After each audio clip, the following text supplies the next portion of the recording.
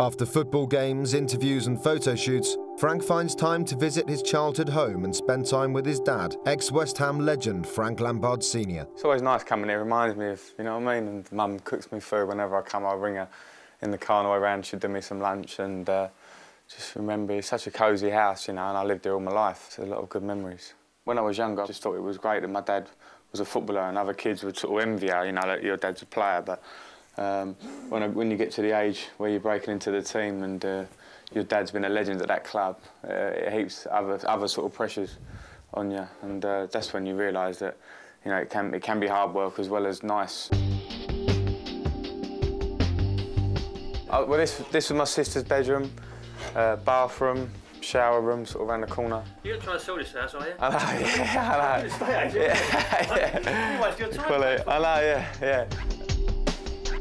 Being the youngest kid, well, the youngest of obviously my sister, I've got two older sisters, so I ended up with the smallest bedroom. Left his toys in there, though. Yeah, I know, yeah. I used to sleep here. But yeah, there's the pyjamas up there. Look. Yeah, I know, yeah. There you go. Changes, you know. Suits me, doesn't it?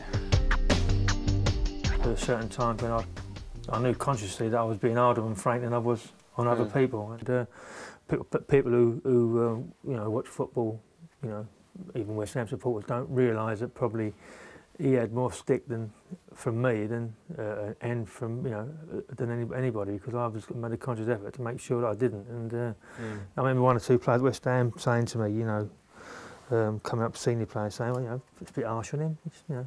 And I used to get annoyed with them for saying it to me. Then as I thought about it and like, as time went on, I thought, well, you know, they were right, you know. And it's just one of those things. I don't know how to explain it. It's just that it's that bit that's there.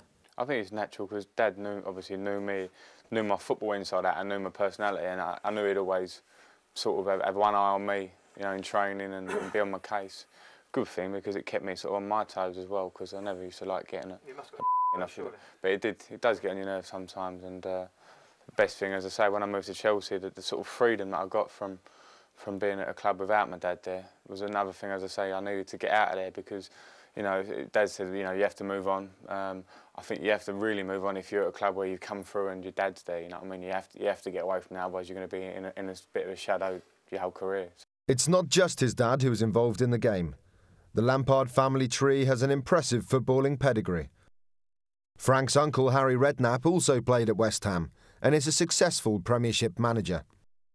His cousin Jamie is a former England international who played for many clubs, including Spurs.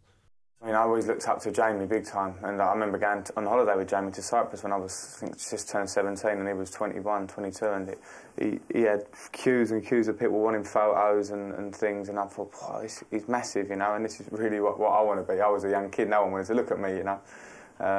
And then, obviously, a few years later now, it's sort of I'm getting that, and you realise, Jamie, you know, for me, Jamie was really up there at the top of the tree. I thought we did one day, didn't we? Had all the mob come in, didn't we? We moved one. Was you here? They all came in. Jamie came in with Fowler. Yeah, Phil Babb Macca, and Babs, yeah. Wasn't it? Fowler, Babs, or yeah, I think I must have been 15 or something, and they was like 20. They all marched in, demanding sausage sandwiches or something. Sausage bacon sandwiches, and I remember. It must have been a Sunday morning after the Saturday, you know what I mean? Yeah, sitting on the grass outside, weren't they? Yeah. Kicking the ball about with him. I remember being in goal, remember that? And Jamie was hitting shots.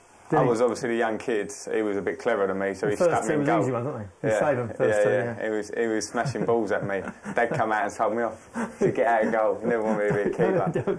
There's no money in it. You want to be my son, get out of that goal. And it was in the garden that Frank Sr. put his young son through his paces in an effort to build up his fitness. So he used to have me in obviously running spikes up and down here, and when I was at West Ham I used to do it, didn't I, a lot of times. I lost the spikes and I went to Chelsea. He used to ring me after training at Chelsea, you worn your spikes today? Yeah, I worn them. They've been in the bin for about 6 months. I thought you were playing better. Yeah. Now it's dog Reggie's turn for exercise, so they head to the local park. Oh, go on, watch this little party trick. Ooh.